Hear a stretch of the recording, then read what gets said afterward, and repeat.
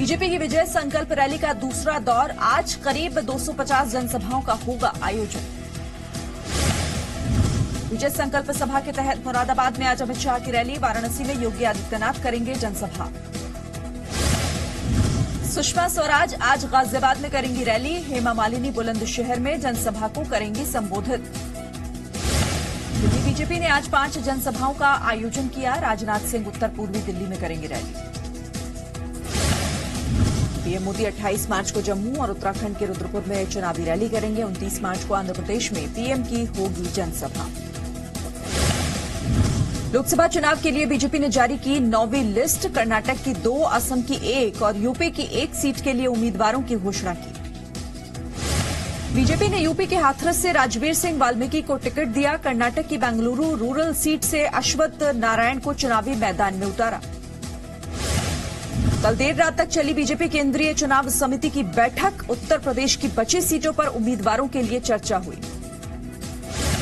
लोकसभा चुनाव के लिए कांग्रेस ने 26 उम्मीदवारों की 10वीं लिस्ट जारी की। मुंबई नॉर्थ वेस्ट से संजय निरुपम को बनाया उम्मीदवार। कांग्रेस ने संजय निरुपम को मुंबई कांग्रेस के अध्यक्ष पद से हटाया। मिलिंद देवड़ा बने नए अध्यक्ष। कल अयोध्या जाएंगी कांग्रेस महासचिव प्रियंका वाड्रा, हनुमानगढ़ी में दर्शन के बाद करेंगी रोड शो। बीजेपी ने प्रियंका के अयोध्या दौरे को बताया सियासी सैर सपाटा। प्रियंका के अयोध्या कार्यक्रम में रामलला के दर्शन में शामिल नहीं। कांग्रेस के गरीब कार्ड पर अरुण जेटली का प्रहार, कहा राहुल गांधी गरीबी हटाओ के नाम पर राजनीतिक व्यवसाय कर रहे हैं। जेटली ने कहा राहुल गांधी सिर्फ गरीबों की आंखों में धूल झोंकते हैं, कांग्रेस से ज्यादा पीएम मोदी गरीबों के लिए काम कर रहे हैं। कांग्रेस के गरीबी हटाओ योजना के वादे पर बीजेपी का हमला, कहा योजना एक धोखा, कुंभकर्ण की नींद से जाग गए हैं राहुल गांधी ने गरीबों को हर साल 72,000 रुपए देने का वादा किया। कल गरीबों के लिए न्यूनतम आमदनी योजना का ऐलान किया था। राहुल गांधी के राजस्थान दौरे से पहले केंद्रीय मंत्री राज्यवर्धन राठौड़ ने पूछे 7 सवाल, कई मुद्दों पर राहुल को घेरा।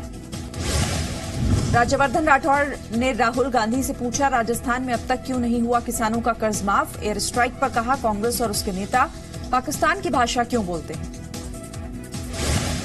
नवादा से बेगूसराय भेजे जाने पर गिरिराज सिंह ने जाहिर की नाराजगी, कहा मुझसे बिना पूछे मेरी सीट बदल दी गई, स्वाभिमान को ठेस पहुंची। दिल्ली में आम आदमी पार्टी से गठबंधन पर कांग्रेस में मचा घमासान, गठबंधन के विरोध में अड़ी शीला दीक्षित से अजय माकन की बहस, राहुल गांधी करेंगे आखिरी फैसला। दिल्ली के नरेला में जल बोर्ड दफ्तर पर चुनाव आयोग ने छापेमारी की, आम आदमी पार्टी से जुड़ी प्रचार सामग्री की जब्त, बीजेपी ने शिकायत दर्ज की। 2019 लोकसभा चुनाव के लिए एनसीपी ने जारी किया घोषणा पत्र, मैनिफेस्टो में पाकिस्तान के साथ बातचीत करने की वकालत की, किसानों की कर्जमाफी का भी दावा। लोकसभा चुनाव के लिए तृणमूल कांग्रेस आज जारी कर सकती है घोषणा पत्र, कई भाषाओं में जारी हो सकता है मैनिफेस्टो। यूपी के रामपुर से जया प्रदा को बीजेपी का टिकट संभव, आजम खान को दे सकती है चुनौती। लोकसभा चुनाव से पहले बीजेपी का बड़ा कुनबा, पैरालंपियन दीपा मलिक ने थामा कमल, आईएनएलडी विधायक कहर सिंह ने भी बीजेपी ज्वाइन की। एआईएमआईएम चीफ असदुद्दीन ओवैसी का दावा, बीजेपी को आंध्र प्रदेश और तेलंगाना में नहीं जीतने देंगे, कहा केंद्र सरकार दौलतमंदों को बचाने का काम कर रही है। चुनाव आयोग ने प्रधानमंत्री किसान सम्मान निधि की दूसरी किस्त जारी करने की इजाजत दी, करीब 5 करोड़ किसानों के खाते में डाले जाएंगे 2-2 हजार रुपए। अयोध्या विवाद मामले में निर्मोही अखाड़े ने सुप्रीम कोर्ट में याचिका दी, मध्यस्थता वाले आदेश में बदलाव की मांग की, पैनल में जजों को शामिल करने की भी मांग रखी। आतंकवाद के मुद्दे पर योगी का कांग्रेस पर हमला, कहा कांग्रेस बिरयानी खिलाती थी, हम आतंकियों को गोली खिलाते। एयर स्ट्राइक का सबूत मांगने वालों को योगी आदित्यनाथ ने जवाब दिया, कहा आतंकवादियों के खिलाफ जीरो टॉलरेंस की पॉलिसी, बालाकोट में भारत ने अपना पराक्रम दिखाया।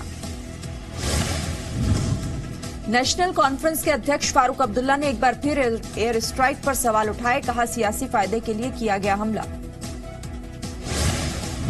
संदिग्धों के बांग्लादेशी आतंकी संगठन जमीयतुल मुजाहिदीन से जुड़े होने का शक, पुलवामा आतंकी हमले से जुड़े कुछ दस्तावेज भी मिलने की बात सामने आई। लगातार एटीएस को मिली बड़ी कामयाबी, खुफिया जानकारी के आधार पर पटना से 2 संदिग्ध आतंकियों को गिरफ्तार किया।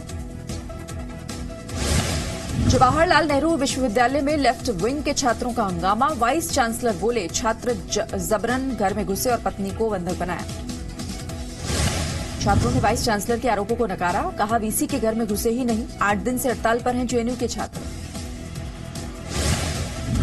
मनी लॉन्ड्रिंग केस में दिल्ली हाईकोर्ट से रॉबर्ट वाड्रा को मिली निराशा, अग्रिम जमानत याचिका को सुनने से इनकार किया।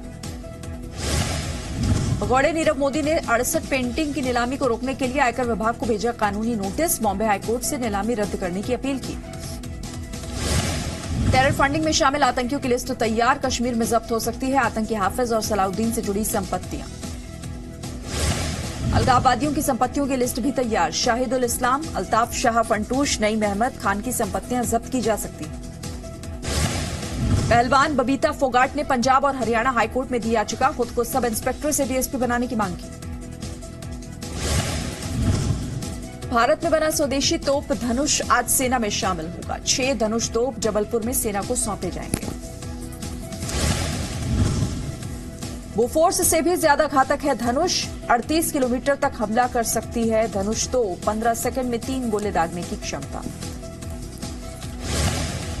जेट एयरवेज को अब बैंकों का समूह वाला बोर्ड चलाएगा, बैंकों से कर्ज में फंसी जेट एयरवेज को 1500 करोड़ रुपए की आर्थिक मदद मिल सकती है। जेट एयरवेज के चेयरमैन नरेश गोयल ने पद और बोर्ड की सदस्यता से इस्तीफा दिया, 4 महीने से पायलटों की तनख्वाह नहीं दे पाया है जेट एयरवेज। इंदौर में मनाई गई रंग पंचमी, होली के 3 दिन बाद होली खेलने के लिए सड़क पर निकला लोगों का हुजूम।